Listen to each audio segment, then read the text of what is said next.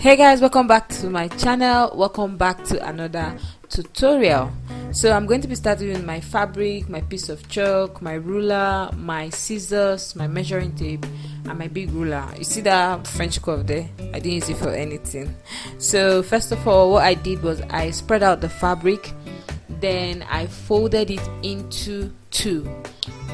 When I was done folding into two, I went ahead, I wanted to get the center of this fabric, so I folded it into two again so I can determine where the center of this fabric is.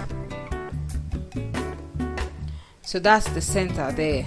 So when that line, when the line became very visible, all I did was I used my ruler and I drew a straight line.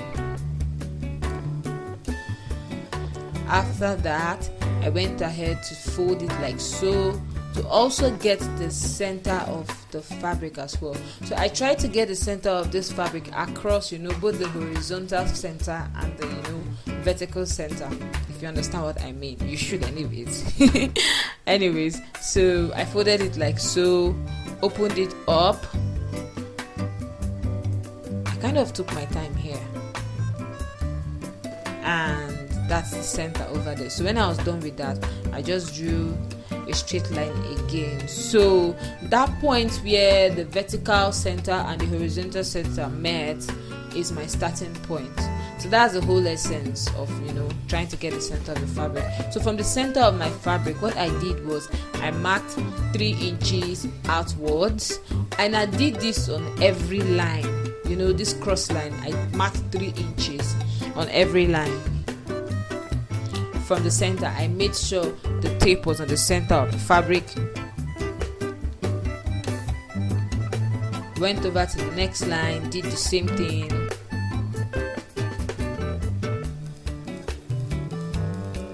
And the last line as well.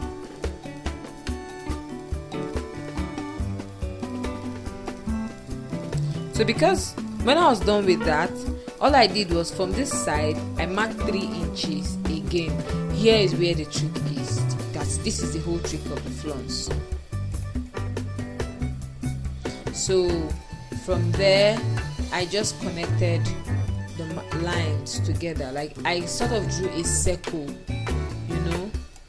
You're just going to be drawing circles, but these are connected circles. So I just connected the lines together with a curved markings. So instead of attaching, let me just do that so you'd see.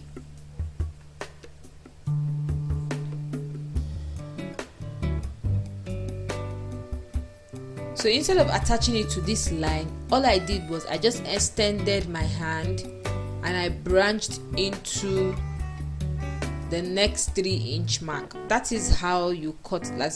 From here, marking out your flounce is like bread and butter. It's that easy. So because I want an even measurement around my flounce, I still use my measuring tape to ensure that the 3 inches width is still there. So from there I went ahead to mark 3 inches.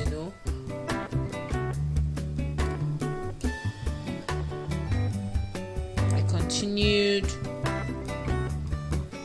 So I didn't just mark the 3 inches on the line, I also marked in between the lines, because I wanted the flounce to be the same measurement around the circle.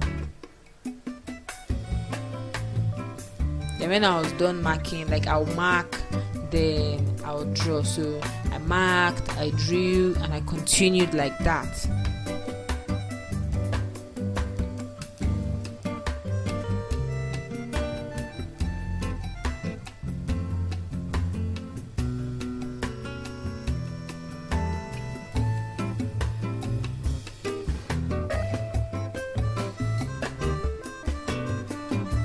You would want to take your time when you're drawing your markings, like when you're connecting them together, to ensure even measurements.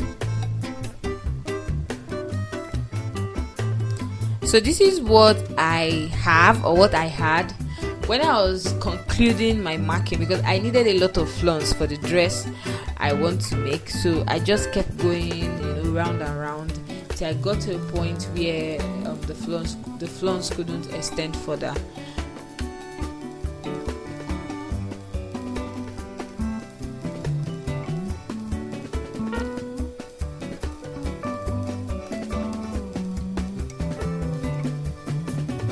When I was done marking, it was time to cut, and with my scissors I just went through the fabric, following the outline that the flounce has already created for me.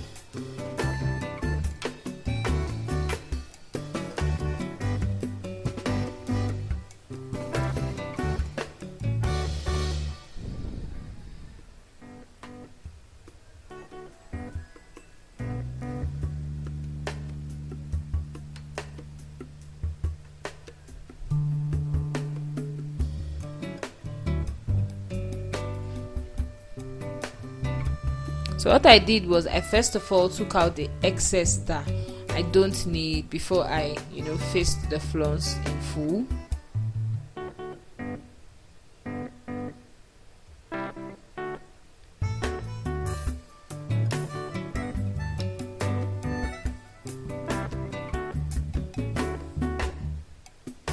So this is the flounce proper. Remember, it's folded into two, and you'd want to cut carefully, and also to make sure that both parts, both the lining and the fabric, are together, like they're in place.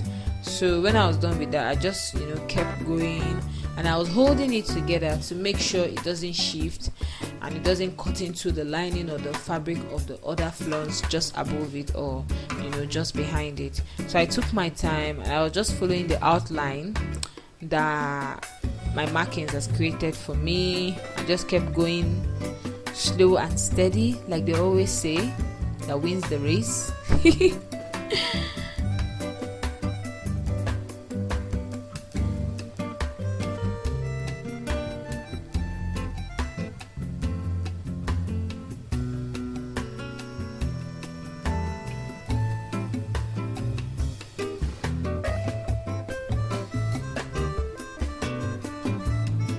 So I kept going.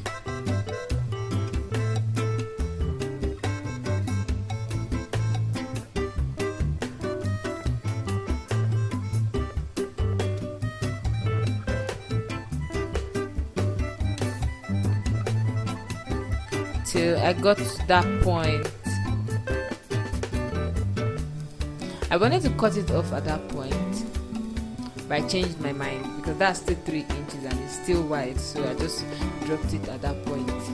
So this is how you cut a flounce and the lining. Like, this is the lining with it. You don't have to finish cutting a flounce and start bothering your head how you cut the lining, because it's already curvy. So this is how the flounce looks like. If you enjoyed this video, don't forget to subscribe, give this video a thumbs up, and come back for more awesome videos.